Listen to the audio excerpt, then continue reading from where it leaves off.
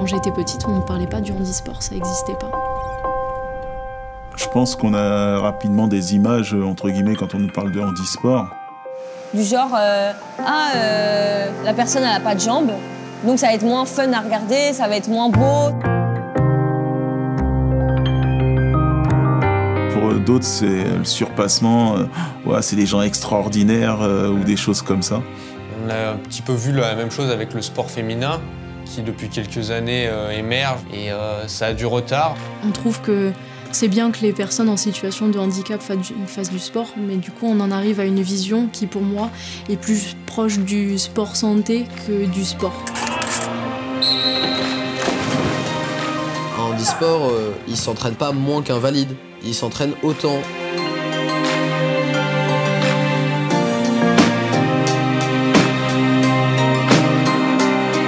Salut, moi c'est Alex Portal, j'ai 21 ans, je suis sportif de niveau en paranatation et étudiant en école d'ingénieur. Je m'appelle Kian Portal, j'ai 17 ans, je suis en études en école de commerce, je suis nageur haut niveau en handisport. Je m'appelle Brianna Videt, j'ai 24 ans et je suis pédicure podologue et aussi escrimeuse de haut niveau. Cédric Nanquin, défenseur de l'équipe de France de rugby fauteuil, co-capitaine de cette équipe, qui est double championne d'Europe.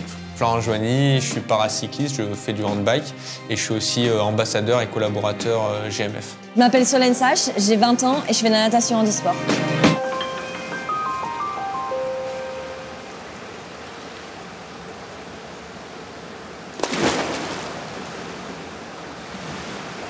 En juin 2022, j'ai décroché la médaille de bronze au championnat du monde.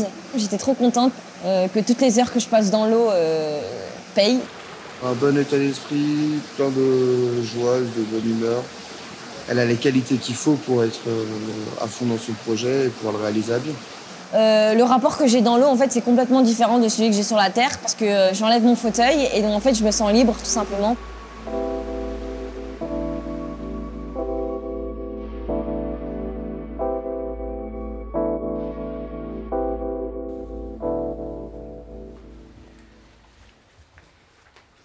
Je suis née avec une malformation congénitale du pied qu'on appelle le pied beau.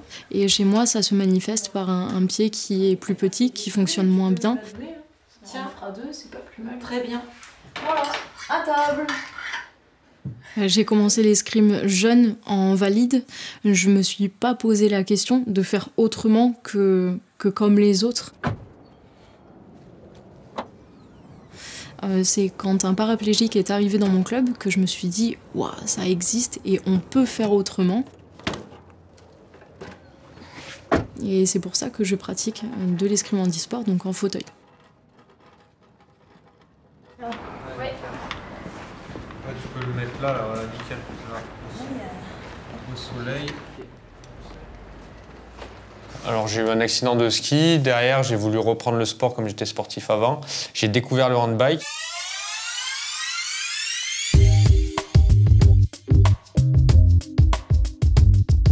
Et ce qui m'a plu particulièrement, c'est le fait de pouvoir faire un sport en pleine nature, en extérieur, d'avoir l'aspect un petit peu dépassement de soi où on a un effort physique.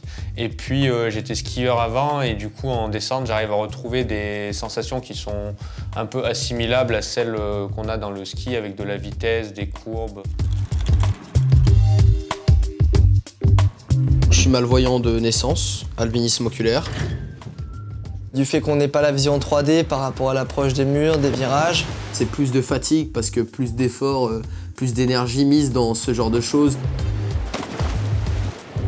Dans ce sport-là, ce qui me plaît, justement, en fait, j'adore m'entraîner. J'adore passer du temps dans l'eau, d'essayer de progresser, d'avoir des bonnes sensations de glisse et de vitesse. En regardant en 2012 les athlètes français, ça m'a donné envie de continuer à aller vers mon rêve de médaille internationale. J'ai toujours voulu gagner être le meilleur dans tout ce que j'ai fait, même quand je suis nul.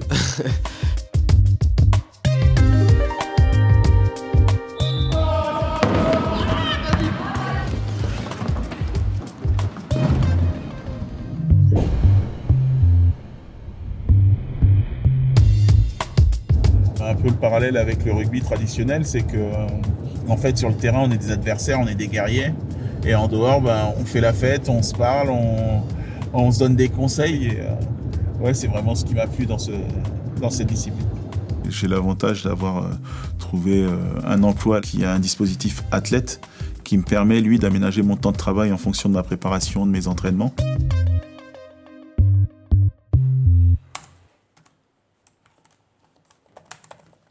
Je suis dans le service marketing et communication, mais pour me permettre de m'entraîner dans de bonnes conditions, détacher 80% du temps. La plupart du travail en distanciel, donc très arrangeant pour l'entraînement. Du fait de ma malformation, j'ai rencontré mon premier podologue à 7 ans et je pense que c'est un des métiers paramédicaux les plus complets où on utilise autant ses mains que sa tête. Je vous en prie. Et je pense que c'est ça qui me plaît, c'est la diversité du métier. Et votre entraînement, ça marche? Ça marche, ça marche. C'est vrai? Là, ça commence à s'intensifier un peu. Et je me doute, oui. Et tout ça au service des gens, surtout.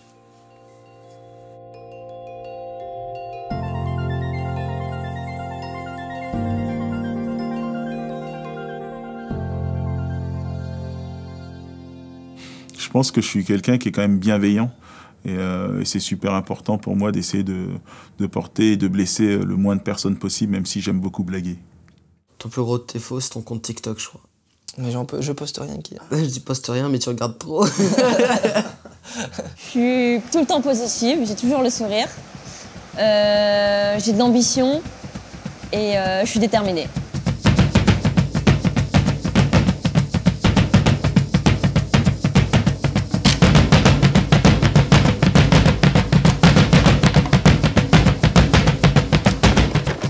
Son atout majeur, c'est la ténacité.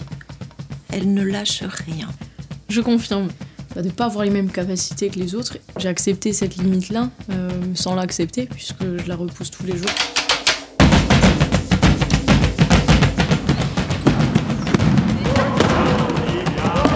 Je me tiens à aller à mon entraînement pour ma préparation physique parce qu'on a des objectifs.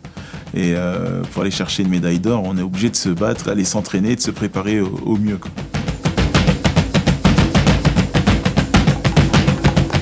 9 entraînements par semaine, on passe plus de 4 heures dans l'eau tous les jours. On fait des sacrifices énormes, je veux dire, on sait ce qu'on veut, quoi. J'adore mon sport, j'adore nager, etc. Donc c'est de la rigueur, mais c'est aussi du plaisir. On sait qu'une carrière, ça dure pas toute une vie, qu'il faut profiter du moment où on est bon. Avoir un métier, arriver à gérer sa vie personnelle en même temps, il faut vraiment beaucoup d'organisation. Que tout soit bien réglé, essayer d'optimiser le matériel, etc. Parfois, j'aimerais avoir plusieurs vies en mode... si j'avais choisi une autre vie, j'aurais fait que mes études à fond et j'aurais kiffé aussi.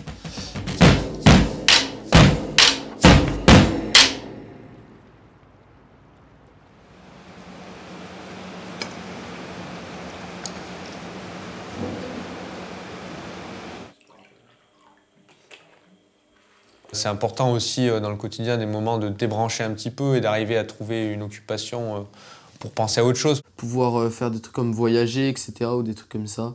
Je sors avec ma sœur ou avec des copines, on va au cinéma, je vais faire la boutique. Ça dépend de ce qu'on a envie de faire. Truc basique, quoi. Je regarde TikTok, je regarde YouTube. Là, on m'a offert une liseuse à Noël, je vais essayer de me remettre à la lecture. Noël, ça fait déjà pas mal de temps. Ouais, ça fait lu un livre. Je pense qu'on est devenu un groupe d'amis pour certains, et parce qu'on se voit à des moments donnés en dehors. J'essaie d'un peu plus de profiter avec mes potes et tout, parce que je trouve que je le fais pas assez. On est assez fun, c'est-à-dire qu'on se prend pas au sérieux tout en étant sérieux. J'aime bien faire plein de choses, de la randonnée, j'aime beaucoup la montagne, donc j'ai pas mal de loisirs.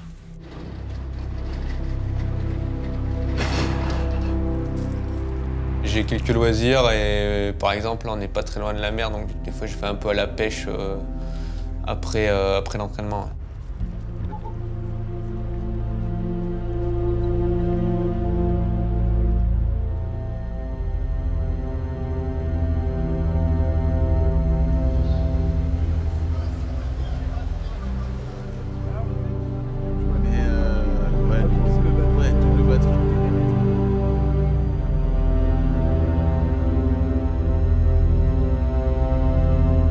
qu'OVA avait la volonté de pouvoir échanger avec un athlète qui avait aussi un projet professionnel à côté. Ça m'a touché, je me suis dit waouh, c'est vraiment top et ça fait plaisir de trouver des gros groupes et des grosses entreprises qui ont cette ouverture d'esprit surtout.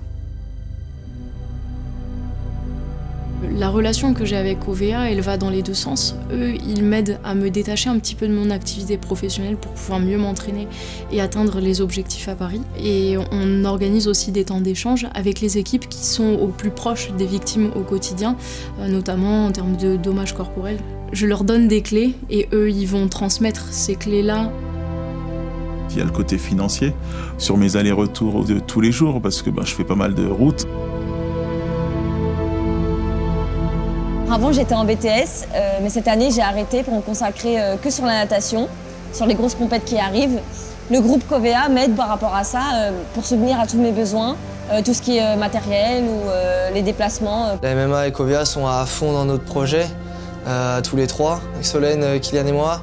Ils nous envoient toujours plein de soutien avant les compétitions, ils sont toujours à fond derrière nos résultats, ils nous félicitent tout le temps, donc ça c'est un soutien qui est super important pour nous. L'achat de mon matériel, de mes déplacements, etc. Plein de choses qui auraient peut-être pas été possibles, ou en tout cas beaucoup plus compliquées si j'avais pas été soutenu par GMF. Par exemple avec notre handicap, on n'a pas le droit d'avoir le permis de conduire et le fait d'avoir un appartement à côté de la piscine, c'est beaucoup plus simple. Là même Ken, il peut venir la journée justement après les cours. C'est motivant aussi d'avoir des gens comme ça qui nous suivent, qui nous font vivre des choses, c'est super.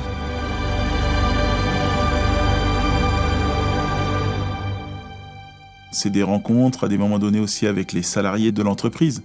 Faire ce parallèle avec le monde de l'entreprise, c'est des échanges, clairement c'est un échange.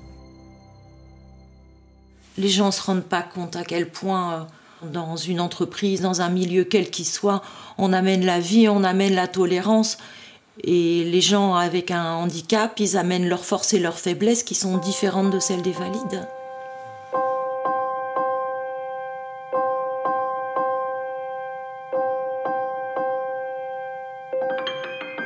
À changer, pour moi, ce serait surtout la médiatisation dans un premier temps. Qu'elle soit constante et tout le temps, en fait, pas qu'à certains moments forts. Que même les gens qui ne sont pas dans le monde du handisport s'y intéressent. Et le sport, c'est un vecteur d'inclusion. Il n'y a plus de jugement parce qu'on est là pour se dépasser avec ses propres performances. Clairement, on ne se donne pas de limites.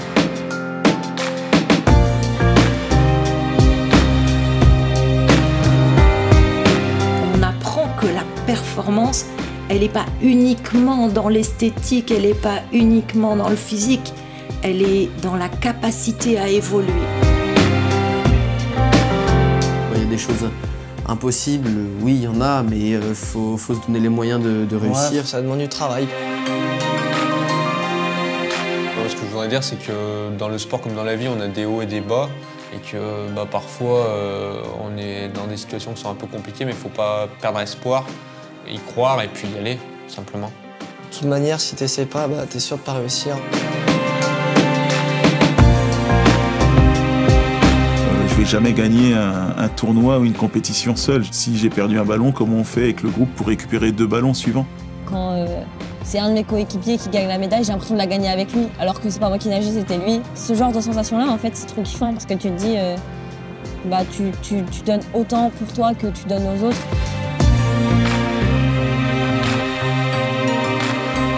On est obligé de s'adapter, on est obligé d'évoluer. Et ça se passe pareil dans l'entreprise. Et en fait, on devient nous aussi plus performants. Ce qu'on dirait aux valides, c'est qu'en face de vous, vous avez une personne, pas un handicap. Et il faut juste ouvrir les portes et eux, ils se débrouillent. Il faut juste leur donner les moyens de faire les choses.